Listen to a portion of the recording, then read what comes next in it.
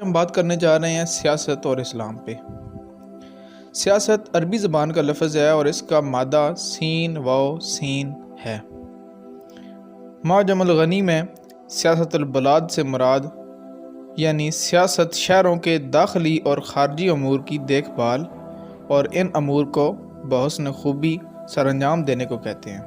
اللہ تعالیٰ نے اپنے حبیب حضرت محمد مصطفیٰ صلی اللہ تعالیٰ علیہ وسلم کے قلب اطہر پر جو کلام اتارا وہ ہر چیز کا روشن بیان ہے۔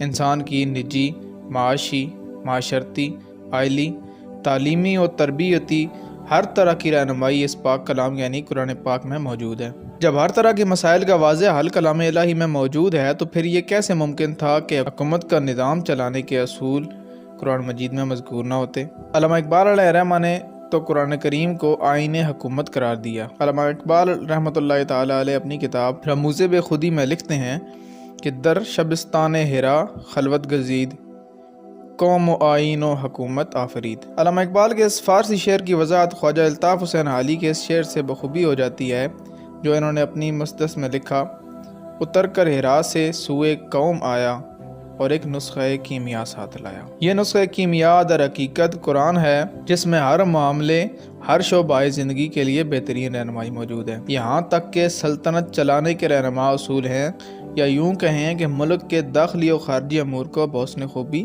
سر انجام دینے کی تعلیمات بھی موجود ہیں۔ اسی لیے بانی پاکستان قائد اعظم محمد علی جناح سے قیام پاکستان سے قبل جب کسی نے پوچھا کہ آپ جس نئے وطن کی تحریک چلا رہے ہیں اس کا آئین و قانون کیا ہوگا، تو آپ نے قرآن مجید اٹھا کر فرمایا: ہمارے ملک کو کسی نئے دستور کی، کسی نئے قانون کی ضرورت نہیں، اس کا دستور پہلے ہی موجود ہے جو کہ قرآن پاک ہے۔ اسلام کے دامن میں سیاست و قائدین سیاست نیز منتظمین سیاست سلطنت میں کیا خوبیاں ہونی چاہیے یہ سب موجود ہے۔ چنانچہ حاکم اسلام کیسا ہونا چاہیے اس کے متعلق قرآن مجید میں ارشاد فرمایا: قال ان اللہ اصطفاہ علیکم وزادہ بسطۃ فی العلم والجسم۔ ترجمہ: اسے اللہ نے تم پر چن لیا اور اسے علم اور جسم میں کشادگی دی۔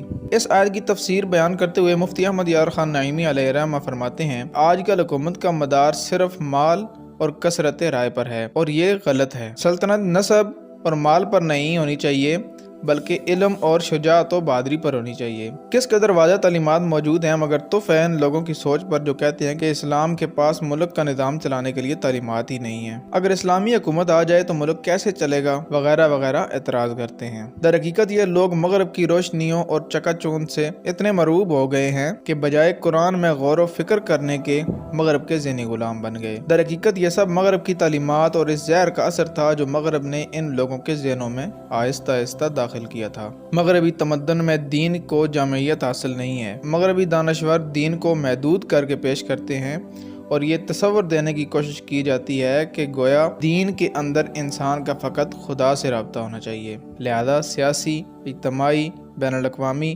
اور حکومتی سطح پر روابط قائم کرنا دین اور مذہب کے دائرہ کار سے باہر ہیں اور یہ چیزیں انسان اور خدا کے رابطے سے جداگانہ چیزیں ہیں۔ پھر اس پر مستزاد یہ کہ سیاست کو ایک لفظ بدنام بنا کر پیش کیا گیا، حتیٰ کہ جھوٹ، دغا، لوٹ مار وغیرہ امور سر انجام دینے والے کو سیاسی آدمی کہہ کر پکارا جانے لگا۔ اس طرح مسلمانوں نے سیاست سے کنارہ کشی اختیار کرنا شروع کر دی اور پھر اس کا نتیجہ یہ ہوا کہ ایمانوں میں صحیح العقیدہ متصلب فی الدین لوگوں کی نمائندگی ختم ہو کر رہ گئی۔ جبکہ دیکھا جائے تو ملک و قوم کی خدمت کے جذبے کے تحت سیاست کرنا اور اللہ تعالیٰ کے بیان کردہ نظام کو رائج کرنے کے لیے سیاسی عمل میں آنا بذات خود ایک مستحسن عمل اور بعض اوقات ثواب تک ہے، حتیٰ کہ سیاست خود انبیاء اکرام علیہم السلام نے فرمائی۔ بخاری شریف کی حدیث ہے کہ بنی اسرائیل کے انبیاء سیاست فرماتے تھے۔ اسی لیے ہونا یہ چاہیے تھا کہ جس وقت سیاست کو بدنام کرنے کی مغربی کوششیں ہو رہی تھیں اس وقت بھرپور سیاسی عمل میں حصہ لے کر اسلامی سیاسی قوانین متعارف کرائے جاتے، کیونکہ اسلام نے سیاست کو جس رخ کے ساتھ پیش کیا ہے